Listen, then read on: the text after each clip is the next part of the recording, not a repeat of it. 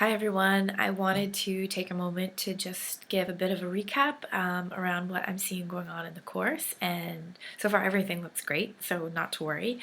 This week we have climate action, activism, and public perception of Canadians and Americans on climate change, and hopefully this week will start to give you a bit of more hope in seeing what is actually starting to get done on climate change. So we'll focus on climate action. And in the climate action section, you'll go through a website called Drawdown, which really gives you a sense of what the most effective global actions are. Now, those are global, and we always need to act local. So, for your specific context, some of the actions may be more relevant for a local context, and so that may change where issues of overpopulation or family planning may not be as relevant to countries where population growth is really, really high. So you always need to get that in, keep in mind that as you're going through it.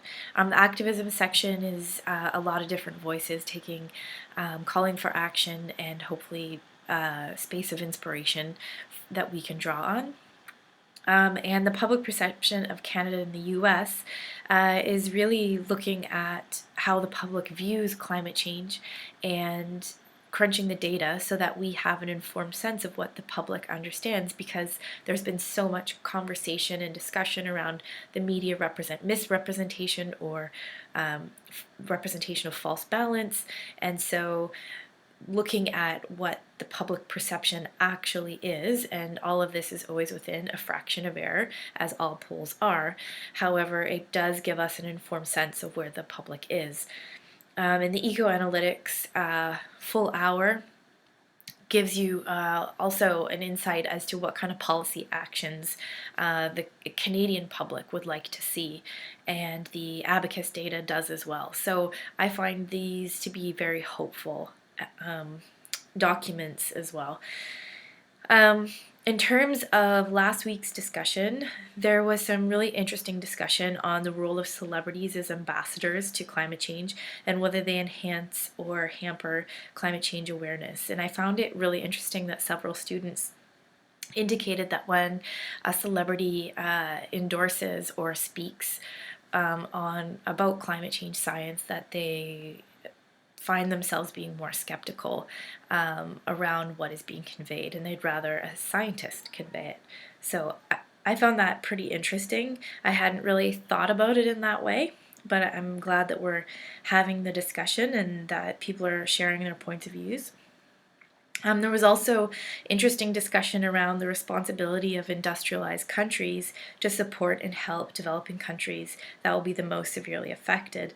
And the ethical dilemmas within climate change, and within the debate overall when it comes to global negotiation. The Paris Climate Agreement almost never came to an agreement because India was stalling, saying we have the right to industrialize the same way that you have off of cheap coal. And who are you, Western countries, to not give us to say, oh, now you can't do that because we've done it and there's all of these issues now of climate change. And so India was saying, you can't be so paternalistic in this way. And so it really wasn't until Solar City, a company in the US, gave the patents to some of their brand new solar technologies to India, to the government, that then the government came to the negotiating table, and it was within 24 hours that then the agreement was signed. So it's really interesting how these things do unfold, but you see these debates unfold on the global stage as well.